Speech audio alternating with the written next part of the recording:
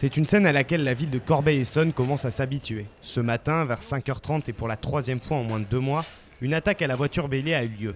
La cible, l'école primaire et maternelle Paradis, en centre-ville. Une scène de quasi-guérilla urbaine qui surprend l'équipe pédagogique en place. Incompréhension, s'attaquer à une école, je comprends pas.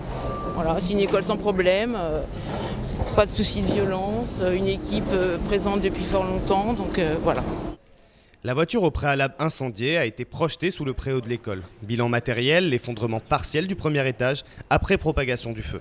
C'est donc l'interrogation sur les techniques employées par les malfaiteurs, un modus operandi généralement affilié à la grande délinquance, ce que semble privilégier la police judiciaire.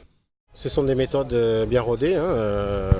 Voilà, on vient à 5h du matin, on projette un véhicule, on vient habillé de couleur sombre. Donc il y a vraiment une volonté de faire des dégâts. Voilà. Il y a moins d'un mois, c'est une médiathèque et un collège qui avaient été attaqués de la même façon. Depuis plusieurs années, la ville est impliquée dans des scandales politico-judiciaires. Les citoyens et les parents d'élèves ne cachent plus leur exaspération. Gros ras-le-bol, un dégoût. Moi j'ai mes gamins, ils sont en vacances, je sais même pas comment je vais leur expliquer qu'on a mis le feu volontairement à leur école. Quand on arrive à toucher maintenant aux écoles, c'est vraiment toucher à nos enfants, quoi. Ça devient assez grave. La municipalité de Corbeil-Essonnes espère réouvrir l'établissement pour le retour des écoliers dans moins de 10 jours.